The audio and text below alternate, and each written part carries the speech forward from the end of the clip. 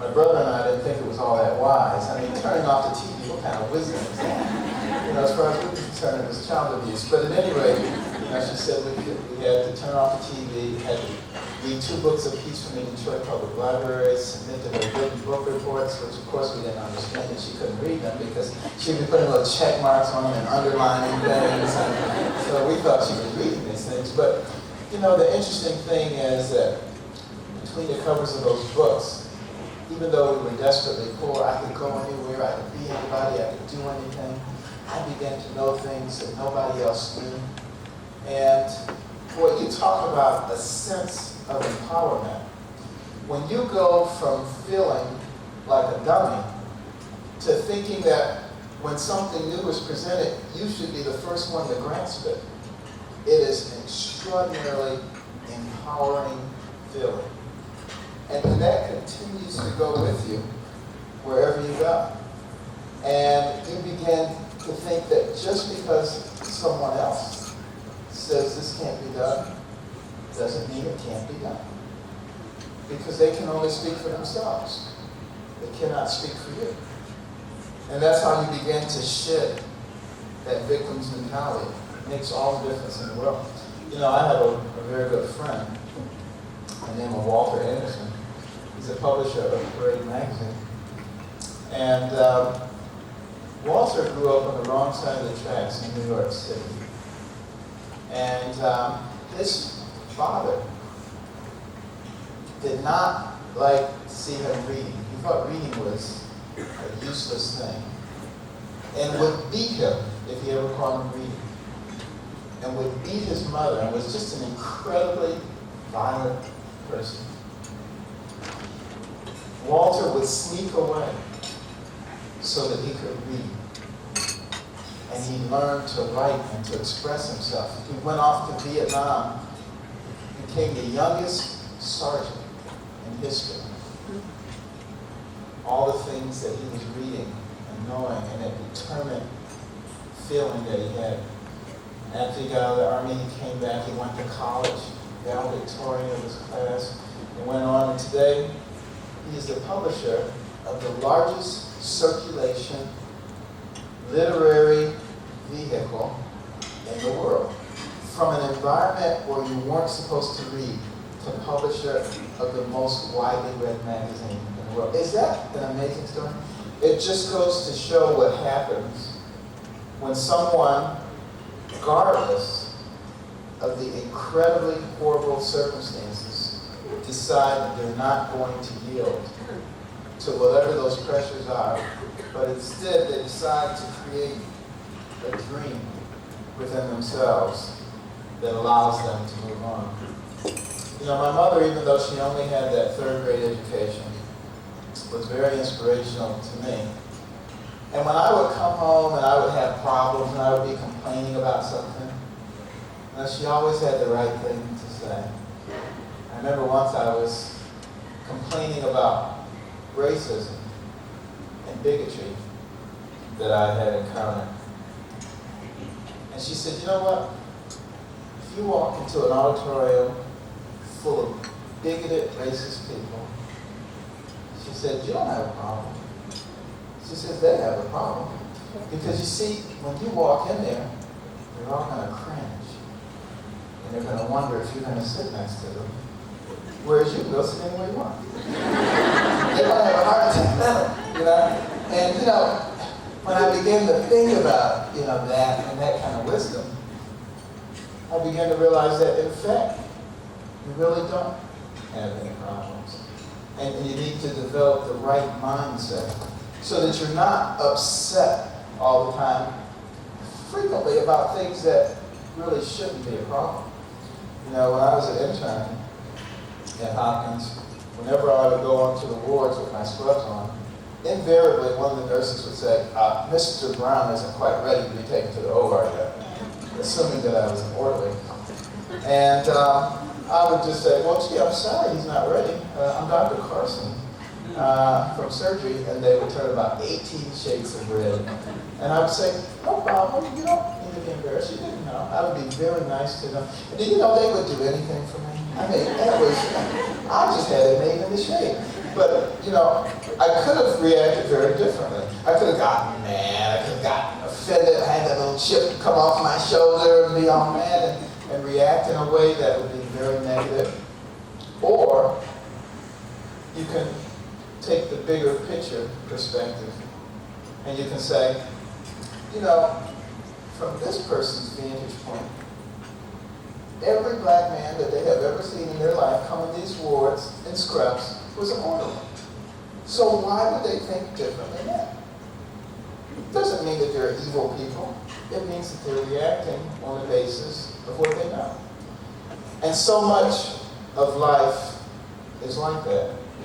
People reacting on the basis of what they know. Well, you know, fortunately, you know, once I started that reading program, I went from the bottom of the class to the top of the class within the space of a year and a half. The same kids who called me dummy were now coming to me saying, Benny, how do you work this problem? And I'd say, sit at my feet, young sir, while I instruct you. That's perhaps a little obnoxious. Gosh, it sure felt good to say that to those turkeys. But, you know, the key thing was I had a very, very different impression of who I was. So I looked at going to school, I looked at the acquisition of knowledge in a completely different way. No brain transplant, but a complete transplant in the way that I thought about things.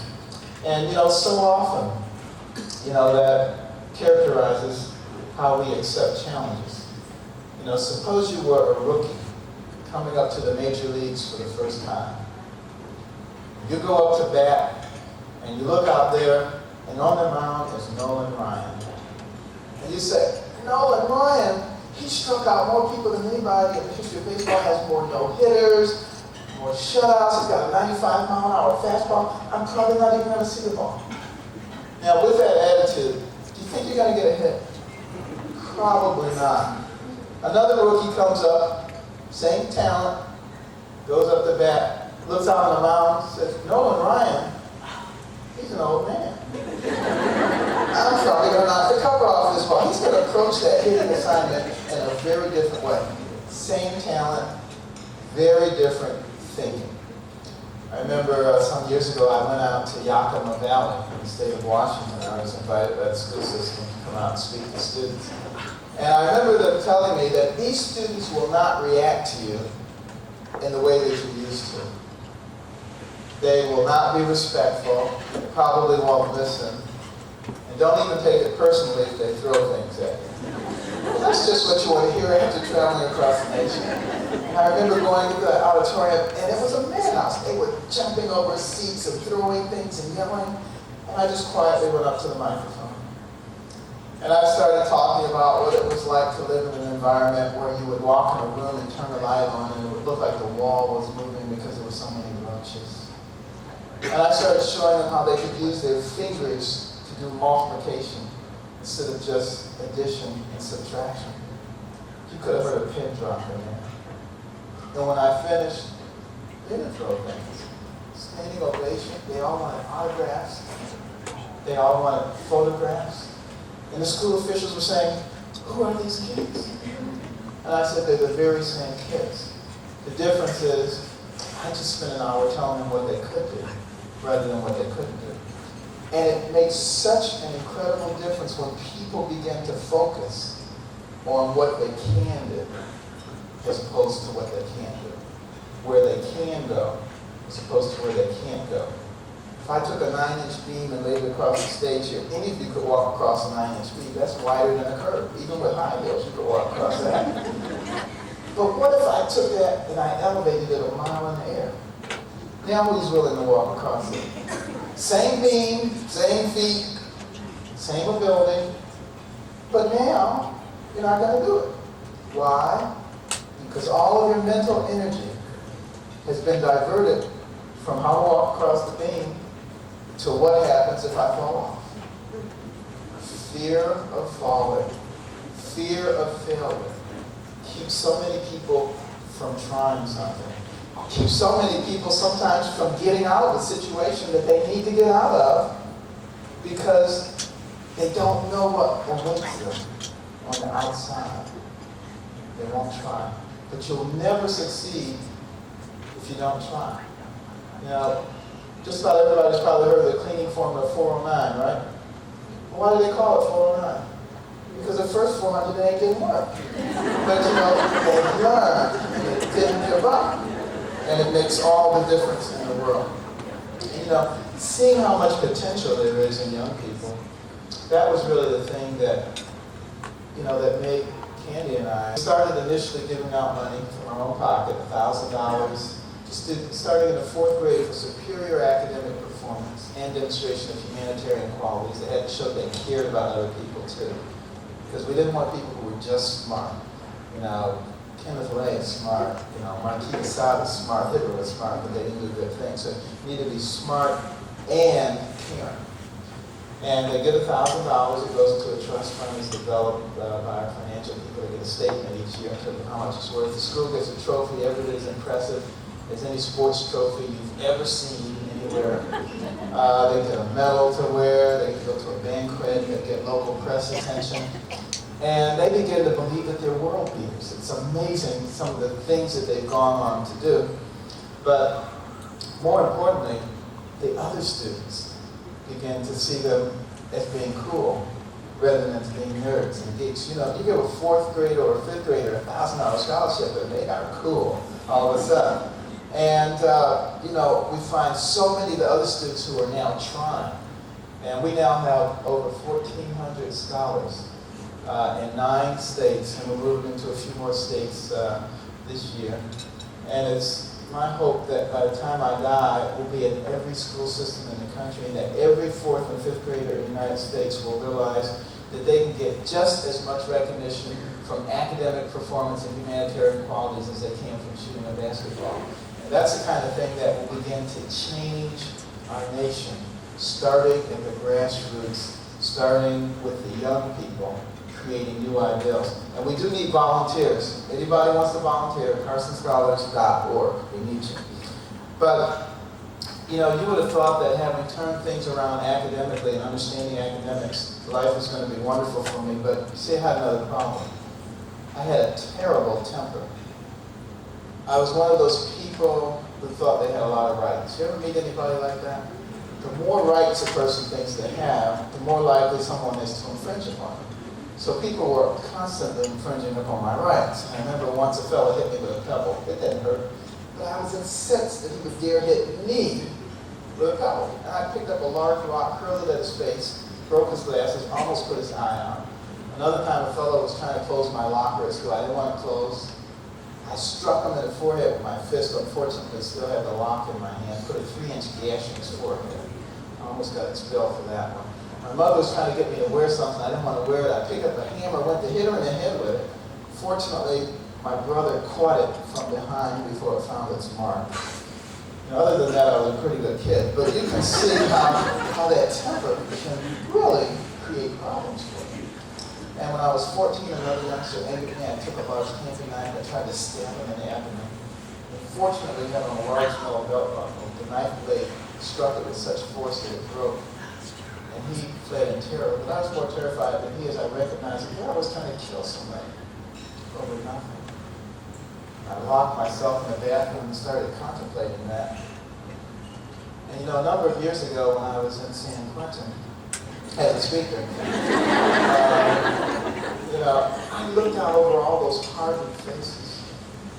And, you know, I recognized that except for the grace of God, any one of those people could have been. You know, except for the grace of God, any one of those people could be any one of us at any time. Circumstances, you get in an accident and it's misinterpreted. All kinds of things can happen. So, if our circumstances are good, we should never adopt a superior attitude. We should adopt a thankful attitude. We should be very happy that things are working out for us well. And we should be very willing, as everyone is here today, to come out and support people who perhaps are on the other side. Because we need to recognize as a society that Anybody in our society who is not productive and who is not contributing is a drag on our society. And we need to be doing everything that we possibly can to create opportunities for people rather than just putting them out of sight. You know, consider the fact that the prison industry is the fastest growing industry in our country. The United States, land of the free, home of the brave, fastest growing thing is the prison industry. How can we be in any way satisfied with ourselves as a society when we know that that's happening? Just because we're not spending time with those individuals, just because we're not seeing them out of sight, out of mind. And of course, the people who are most likely to be in those prisons, young black males. Well, some people say, I don't know any young black males. It's not my problem. I would beg to differ. Because, you know, for every one of those youngsters that goes down that path of self-destruction, and everyone that we can keep from going down that path, that's one less person we have to be afraid of or protect our families from. One less person we have to pay for in the penal or the welfare system. One more tax-paying, productive member of society who might discover the cure for cancer or AIDS. There's no one that we can afford to throw away. And it costs a great deal more to put them in the penitentiary than it does to create programs at the beginning of life that will keep them out. So, you know, we have got to change our thinking as a society. That's just one segment of our society. There are multiple segments of our society that become incapacitated. Many of the abused women have families, young children. It's easy to shuffle them into the background. But we need to recognize that if we can create circumstances whereby they can become productive and whereby they can develop a positive image of themselves, then that gets transmitted to the children also. And we begin to have intergenerational improvements. Those are the ways that we have to think as a society if we want to change what's going on. Well, you'd have thought that understanding all that, and first of all, I'm still sitting there in the bathroom with that temper, and realizing that my dream of becoming a physician was rapidly going out the window. Because I knew that my options with that kind of temper were jail, reform school, or the grave. None of those options appealed to me. So I fell on my knees and I just prayed. I said, Lord, you got to help me. I can't control it. I've tried everything. I just can't do it. And there was a Bible there, and I picked it up, and I opened it up to the book of Proverbs. And there were all these verses in there about anger. Like Proverbs 19:19, it says there's no point getting an angry man out of trouble, because he's just going to get right back into it. Proverbs 16:32, it says, mightier is the man who can control his temper than the man who can conquer a city. It seemed like they were all written for me, and I stayed in there for 3 hours reading and contemplating and praying. And when I came out of that bathroom, that temper was gone. I've never had another problem with it since that day. But, you know, one of the things I came to realize while I was in there is that if you take yourself out of the center of the equation, then everything is not directed at you. And then you can step out of the equation and begin to look at things from other people's points of view. And that, for instance, is why I didn't get upset when I came to the floor and someone said, Mr. Brown's not ready to be taken to the OR. Because I could step out of the center of the equation and I could look at things from other people's points of view. It makes a huge, huge difference in what happens. There is nothing that can come back and bite you. You tend to be much more courageous about everything when there's nothing to hide. And honesty pays. You know, I remember when I was in college, one time I was flat broke, I had no money, and I was praying, I said, Lord, you gotta give me some money. I got not even enough money, rough bus fare to get to church. And I was walking over by the Tell Chapel on the campus of Yale University. And I looked down at the bike rack and there was a $10 bill on the ground. I said, praise the Lord, that was wonderful. Well, about a year later, I was flat broke again. I said, Lord, you gotta give me some money. So I walked over by the back bike rack at the Tell Chapel. There was no money. But that day we had had a final of one of my psychology courses, and an article had come out in the school paper that night saying all of the exams had inadvertently been incinerated, and that we had to go back and retake the exam. So everybody dutifully showed up the next day to take the exam, but it was a different exam, and it was incredibly difficult. Each question had some element of familiarity in it, so you would think you should know the answer, but nobody knew the answers. So the teacher had left, and people started filtering out of the room. They were going to say they didn't see the notice, and hopefully they could phone up on this stuff. Pretty soon there were only 20 people, 10, 5. I looked up, I was the only person left. The door opened, then came the professor, a photographer from the newspaper, to take the picture of the most honest student in the class. It was an experiment, and to give me a $10 bill. So honesty does pay. It makes a big difference. And a few years ago I was operating, and I got a call from one of the university attorneys, and they said the state of Florida was trying to attach my wages for child support. And I said, what? I said, I have 3 children and I support them very well. And they said, no, there's a woman in Florida, she says that you are the father of her son. And she's got proof. She knows where you went to high school, college, medical school, internship, and residency. She's even got a picture of you in scrubs that came out of a magazine. I said, that's public information. Anybody could know that. And nevertheless, they pursued this. I had to get my attorney involved. It escalated. And they said if I sent them a blood sample, they could do DNA testing, and we could resolve the whole thing. And I said, wait a minute. You people, as incompetent as you are, want me to send you a specimen of my blood. I said, it'll end up in a murder scene. I'll be in jail for the rest of my life. I said, there's no way you're getting my blood. So it continued to escalate, and then it just fizzled out and died. Because I stood my ground. There was no way I was going to give in. But why did I not give in? Because I knew that in my entire life, I'd only slept with one woman, and that was my wife. And I didn't have to scratch my head and say, was there a Saturday night episode or one night stand somewhere? I didn't have to go through all that. And see, that's what those paternity suits depend on. They said, this guy is traveling all the time, he's in hotels, he's at affairs, he's probably done some stuff, he won't even remember all the things he's done, so he's going to ante up. Well, that's what I'm talking about. If you don't have those things in your closet, then those things can't come back out. And it makes it very easy to be bold and to go for it without waiting for that tap on your shoulder. And I think it makes all the difference in the world. Well,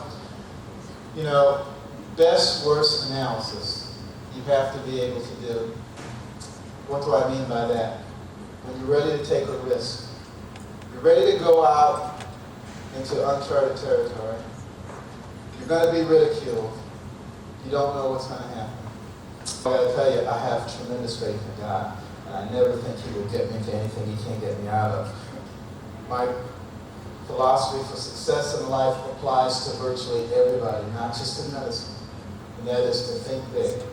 The T is for talent, which God gave to every single person, not just the ability to sing and dance, throw balls. I don't have anything against sports entertainment. I love sports entertainment.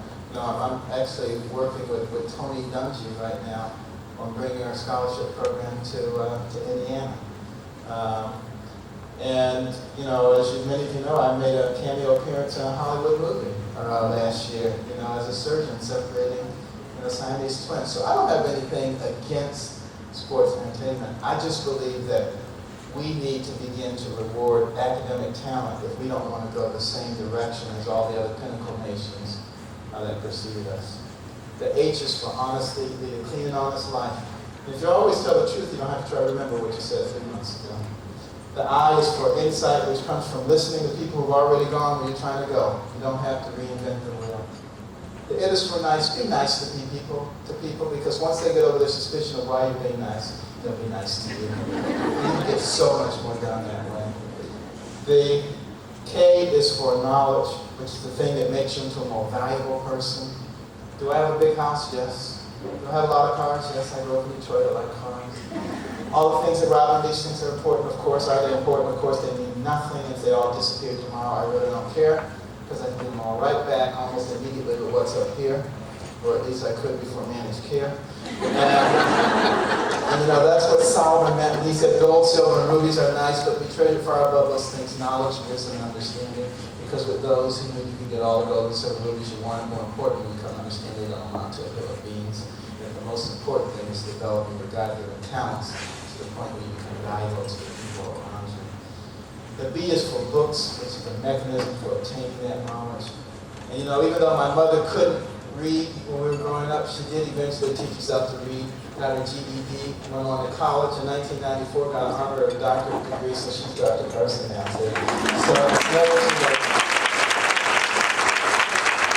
Second I is for in-depth learning, learning for the sake of knowledge and understanding, as opposed to superficial learning, which is why we ranked number 21 out of 22. We have to change that. And the last letter, G, is for God. We live in a society that is trying to extract God. Lawyers came to me a few years ago and they said, you can't put your think big banners up in public schools because the G stands for God. And the First Amendment says there can be no state-sponsored religion. Well, I reminded them that the First Amendment also said there can be no government suppression of religious expression. So we had a rather vigorous argument, and I suggested that we resolve it at the level of the Supreme Court. Now, does that seem like a bold and audacious statement? It wasn't, actually, because I knew the next week I was going to the Supreme Court to receive the Jefferson Award. So I figured I would ask while I was there. And Justice Sandra Day O'Connor said they were all wet. They had no concept of what separation of church and state meant. And she explained it and said, of course you could put that up in a public school and have no bearing on anything. And people who say silly stuff like that, do they understand that our Declaration of Independence talks about certain inalienable rights of our Creator, aka God and Goddesshood? That our pledge says we are one nation under God. Most courtrooms in the land of the world, it says, in God we trust. Every coin in our pocket, every bill in our wallet says, in God we trust. So if it's in our founding documents, it's in our pledge, it's in our courts, and it's on our money. But we're not supposed to talk about it. What in the world is that? In medicine, we call it schizophrenia. Doesn't that explain a lot of what goes on in our society today? But we need to make it perfectly clear that it's okay to live by godly principles of loving your fellow man, of caring about your neighbor, of developing your God-given talents to the utmost so that you become valuable to the people around you, of having values and principles and standing for something. And if we do that, we truly will have one nation under God, indivisible, with liberty and justice for all. Thank you all.